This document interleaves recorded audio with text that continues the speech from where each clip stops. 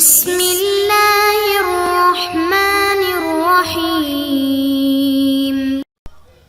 السلام علیکم محترم سامعین اور عزیز طلبہ کرام، امید کرتا ہوں کہ آپ تمام احباب خیر و عافیت سے ہوں گے۔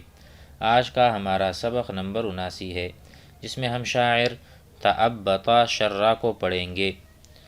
تعبط شرّ کون ہے اور یہ اشعار جو انہوں نے کہے ہیں اس کا پس منظر کیا ہے، تو آئیے اسے سمجھتے ہیں۔ ان اشعار کی حکایت یہ ہے کہ شاعر نے بنو قارب کی کسی عورت کو نکاح کا پیغام دیا۔ بنو قارب کی عورت نے حامی بھری اور پیغام قبول کیا۔ پھر عورت نے اپنی قوم سے مشورہ کیا۔ قوم نے عورت کو ان کے ساتھ نکاح سے منع کرتے ہوئے کہا کہ ایسے آدمی سے نکاح کرنے کا کیا فائدہ جو آج نہیں تو کل ضرور کسی کے ہاتھوں مرے گا۔ چنانچہ جب تعبط شرّ حسب وعدہ اس عورت کے پاس آیا تو اس نے یہ کہہ کر انکار کر دیا کہ میری قوم نے مجھے منع کیا ہے۔ عورت کے اس انکار پر شاعر نے یہ اشعار کہے ہیں۔ ان کے جو تعبط شرّ ہے ان کا تعارف گزر چکا ہے کہ انہوں نے اپنے جو ہے نا بغل میں ہمیشہ کسی شر کے پیچھے نکلتے تھے اور بڑے شرارتی تھے، تو ان کے والدہ نے اس کو تعبط شرّ کا لقب دیا۔ تو یہ پہلے بھی ایک مرتبہ گزر چکا ہے، تو آئیے اشعار پڑھتے ہیں اور سمجھتے ہیں۔ وقال تعبط شرًا وقالوا لها لا تنكحيه فإنه لأول نسل أن يلاقي مجمعا فلم تر من رأي فتيلا وحاذرت تأيمها من لابس الليل أروعا قليل غرار النوم أكبر همه دم الثأر أو يلقى كميا مسفعا يماصعه كل يشجع قومه وما ضربه هام العدا ليشجع قليل ادخار الزاد إلا تعلة فقد نشز الشرسوف والتسق المعا يبيت بمغنى الوحش حتى ألفنه ويصبح لا يحمي لها الدهر مرتعا على غرة أو نهزة من مكانس أطال نزال القوم حتى تسعسع ومن يغرى بالأعداء لا بد أنه أطال نزال القوم طيب كنا هنا سيلقى بهم من مصرع الموت مصرعا رأينا فتى لا صيد وحش يهمه فلو صافحت إنسا لصافحنه معا ولكن أرباب المخاض يشفهم إذا افتقروه واحدا أو مشيعا وإني وإن عمرت أعلم أنني سألقى سنان الموت يبرق أصلعا۔ تعبط شرًا کہتا ہے وقالوا لها، اس کی قوم نے اس عورت سے کہا، وقالوا ای القوم قالوا لها ای للمرأة لا تنکحیہ، اس سے نکاح نہ کرنا، نکحا ینکحو نکاح کرنا، شادی کرنا، نکحت فلانة میں نے فلانہ سے نکاح کیا، تو کہا کہ ان سے کہا گیا کہ اس سے نکاح مت کرنا، فإنہ کیونکہ تعبط شرّ جو ہے لأول نسل وہ پہلے تیر میں مقتول ہوگا۔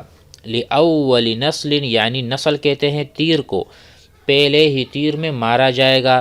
ان یلاقی مجمعا کیونکہ وہ ملاقات کرتا ہے، وہ جنگ کرتا ہے، وہ سامنا کرتا ہے، مجمع پورے لشکر کا، المجمع المعسکر لشکر پورا، الجند الجنود الجنود کہتے ہیں لشکر کو یا فوج کو۔ تو کہا کہ اس سے شادی مت کرنا کیونکہ وہ تو پہلے تیر میں مر جائے گا۔ اس کی وجہ کیا ہے کہ وہ اکیلا ہی پورے لشکر سے لڑتا ہے۔ فلم تر من رأی فتیلا، تو اس نے کیا کیا، عورت نے اپنی رائے کچھ بھی محسوس نہیں کی، کچھ بھی نہیں سوچا میرے بارے میں۔ فلم تر ہیا، فلم ترا فلم تتفکر، اس نے کچھ بھی نہیں سوچا، من رأی کوئی رائے سوچتی، فتیلا بمقدار فتیل، فتیل کہتے ہیں جو کھجور کی گٹھلی کے شگاف کی باریک بتی، کھجور ہوتا ہے نا، کھجور کے اندر ایک اس طرح سے شگاف ہوتا ہے اور شگاف کے اندر ایک باریک سی فتیلہ بول دیں یا باریک سی ایک بتی ہوتی ہے، تو اس کو فتیل کہتے ہیں۔ تو کہتے ہیں اس نے اتنا بھی اس نے نہیں سوچا، فتیل کے بقدر بھی نہیں سوچا تھوڑا سا۔ وحاذرت تعیمها من لابس اللیل اروعا، کہ اور اسے خوف ہوا اپنے بیوہ ہونے کا ایک شب گرد ہوشیار سے، یعنی ایک شب گرد ہوشیار، میں شب گرد ہوں سمجھے کہ تعبت شرہ کون ہے؟ شب من لابس اللیل اروعا، جو رات کو اپنا اوڑھنا بچھونا بناتا ہے، رات میں شکار کرتا ہے، رات میں جنگ و جدل۔ اروعا یعنی اروعت، اس کو اس چیز نے خوف دلائی کہ وہ بیوہ ہو جائے گی ایک ہی دن میں۔ تعیمہا انتم تعرفون ایم کہتے ہیں بیوہ عورت کو، طيب الاییم بیوہ عورت کو کہتے ہیں، اس لیے تعیمہا کہ وہ ڈری، تعیمہا اپنے بیوہ ہونے سے، کس سے؟ من لابس اللیل اروعا، ایک ایسے شب گر سے جو کہ نہیں ہوتا، یعنی رات کو پھرنے والا شب گرد۔ آگے بڑھتے ہیں، آگے کہتے ہیں قلیل غرار النوم، وہ ہلکی نیند کم سونے والا، اکبر ہمہ، اس کا بڑا قصد خون کا انتقام ہے، اکبر ہمہ ای اعظم ہمہ و اعظم فکرہ دم الثأر، انتقام کا خون، یعنی خون کا انتقام لینا، خون کا بدلہ خون۔ تو قلیل غرار النوم ای خفیف النوم، بہت کم سونے والا آدمی ہے جس کی ہمیشہ فکر یہ رہتی ہے کہ وہ کس طرح انتقام لے، خون کا بدلہ لے۔ او یلقا کمیا مصفع کا معنی ہے یا بہادر جفاکش سے لڑتا ہے، کہ بہادر کا مقابلہ بہادر ہی کر سکتا ہے۔ یلقا بمعنی یحارب، یجادل، یقابل کمیا، کمی بمعنی الباسل، المقدام، الشجاع، مصفع متغیر الوجہ، جس کا چہرہ گرد و غبار سے لت پت ہو وہی بہادر کہلاتا ہے، ہر جگہ ہر وقت آگے بڑھتا رہتا ہے۔ آگے کہتے ہیں یماصعہ کل یشجع، کہتے ہیں کہ اس کے ساتھ ہر وہ شخص لڑتا ہے جس کو اس کی قوم ہمت دلائے۔ یماصعہ، یماصع معنی جنگ کرنا، قتال کرنا، یماصعہ یقاتلہ، کل یشجع قومہ، وہ ہر آدمی اس سے لڑتا ہے، یعنی تعبت شرہ سے، جس کو اس کی قوم ابھارتے ہیں اس کے خلاف۔ وما ضربہ ہام العدا لیشجعہا، اس کا مطلب ہے اور یہ دشمنوں کی کھوپڑیاں اس وجہ سے نہیں مارتا کہ اس کو بہادر کہا جائے، بلکہ ضرب و حرب اس کی سرشت اور فطرت میں ہے۔ کہتے ہیں وما ضربہ، اور تعبت شرہ جب مارتا ہے، کاٹتا ہے، ضرب، ہام العدا، ہام کہتے ہیں رأس کو، الہام جمعہ ہامات، ہامات، ٹھیک ہے۔ فوما ضربہ تعبت شرہ، جو سروں کو کاٹتا ہے، ہام العدا، ہام العدوی، العدا کہتے ہیں عدو، عدو کہتے ہیں دشمن کو، لیشجع، وہ تاکہ اس کی بہادری کی اس کو داد دی جائے، ایسا کبھی نہیں، وہ اس لیے نہیں مارتا سروں کو، نہیں تھن سے جدا کرتا کہ اس کو لوگ بہادر کہیں، بلکہ وہ اس کی عادت ہے، وہ تو بچپن سے سر قلم کیے جا رہا ہے۔ قلیل الادخار الذاتی، اور اس کی ایک صفت کیا ہے؟ وہ توشہ بہت کم جمع کرتا ہے۔ قلیل ادخار، ادخرا یدخر جمع کرنا، الزاد کہتے ہیں متاع البیت، الحواجیات، زاد تو ہم کہتے ہیں زاد یعنی راستے کا کھانا، یا بندہ مسافر ہے اس کے پاس زاد ہوا کرتا ہے، تو کہہ رہے ہیں قلیل ادخار الزادی، زاد کو دنیا کے مال و متاع کو بالکل بھی جمع نہیں کرتا، کم جمع کرتا ہے۔ الا تعلتا، مگر اتنا ہو کہ دل بہلایا جا سکے۔ تعلہ کہتے ہیں ما یتعلل به، وہ شے جس کے ساتھ دل بہلایا جائے۔ الا تعلہ ما یتعلل او ما یتعلل به، مثلا کوئی بچہ ہے، ہم اس کو کوئی چیز لا کر دیتے ہیں، ٹوفی وغیرہ، تو الطفل یتعلل بالحلوى، وہ دل بہلانے کے لیے اس کو وہ چیز دیتے ہیں تاکہ وہ روئے نہیں۔ اسی طرح الا تعلتا فقد نشز الشرسوف والتصق المعاء، یہ کہتے ہیں کہ چنانچہ اس کی پسلیوں کا نرم حصہ اٹھ گیا ہے، پسلیوں کا نرم حصہ اٹھ گیا ہے، اور آنتے پیٹھ سے چپک گئی ہیں، یعنی کم کھانے کی وجہ سے، اور کم خوری عربوں کے ہاں بہادری کی علامت سمجھی جاتی ہے۔ یہاں پر جو کلمہ ہے شرسوف، اس کا معنی ہے پیٹ سے متصل پسلیوں کا نرم حصہ۔ یہ پیٹ جو پسلیوں کے ساتھ جو جگہ ہے، نرم حصہ، یہ مراد ہے کہ یہ بالکل اندر یہ باہر آ گیا ہے اور باقی جو ہے نا وہ بالکل سکڑ گئے ہیں۔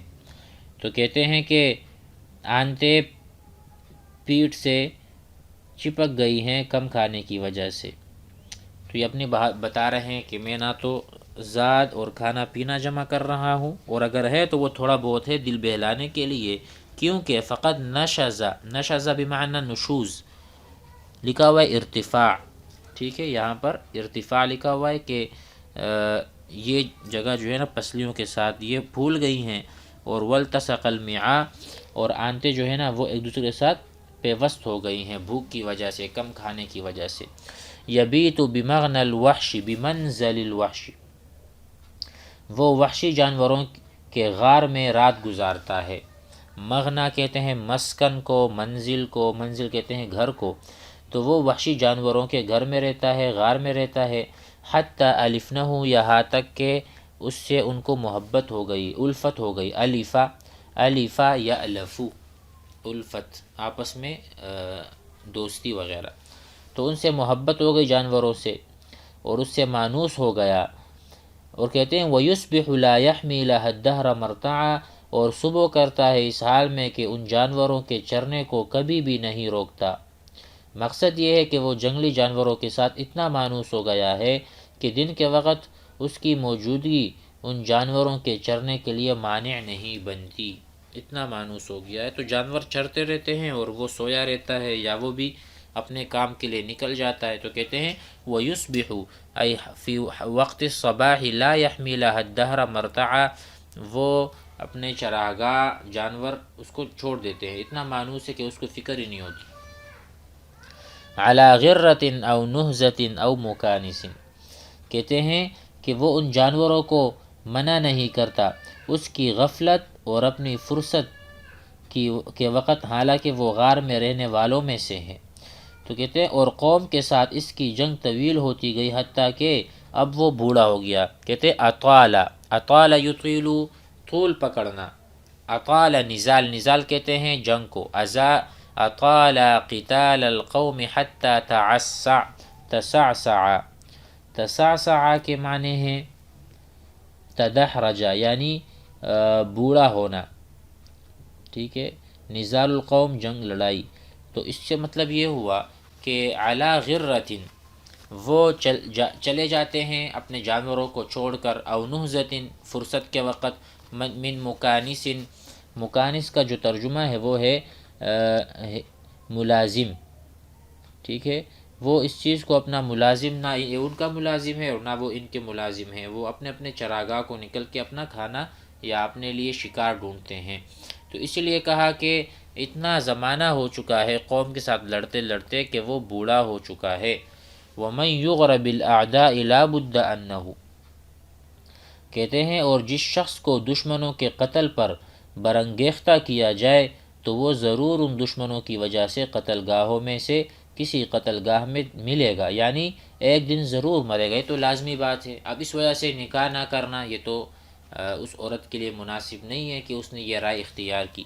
ومن یغرا، اور جو ہر وقت اغارہ کرتا ہے، اور جو ہر وقت دشمنوں کے قتل پر ابھارتا ہے یا ابھارا جاتا ہے، لوگ مجھے کہتے ہیں کہ بھائی فلاں کو قتل کر دو، تمہارے دشمن ہیں، تمہارا اس نے یہ بگاڑ دیا۔ ومن یغرا ای ومن یرغب، جس کو ترغیب دی جاتی ہے بالاعداء، دشمنوں سے لڑنے کی، لا بد انہ، تو ضروری بات ہے کہ وہ سیلقا بہم، وہ ان سے لڑے گا، من مسرع الموت مسرعا، اب ان کی طرف سے ہو سکتا ہے یہ مر جائے، اس پر وار ہو، اس پر حملہ ہو اور یہ کسی کے یعنی وار کے نیچے آ جائے، تو یہ تو ممکن بات ہے۔ مسرع کہتے ہیں مقطع کو، یعنی مقتل کو، جہاں پر بندے قتل کیے جاتے ہیں کسی بھی جنگ میں، کسی بھی میدان میں۔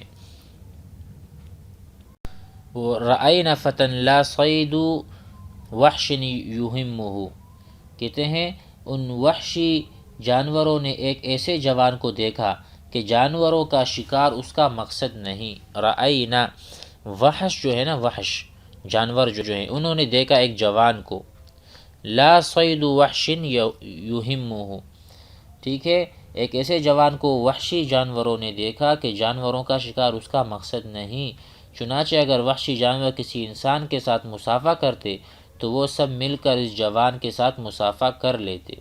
اس میں کیا بتانا چاہ رہے ہیں؟ اس میں بتانا چاہ رہے ہیں کہ بھائی میں صحرا نشین ہوں، کہ میری صحرا نشینی اتنی ہے کہ وحشی جانور بھی میرے ساتھ مانوس ہو گئے۔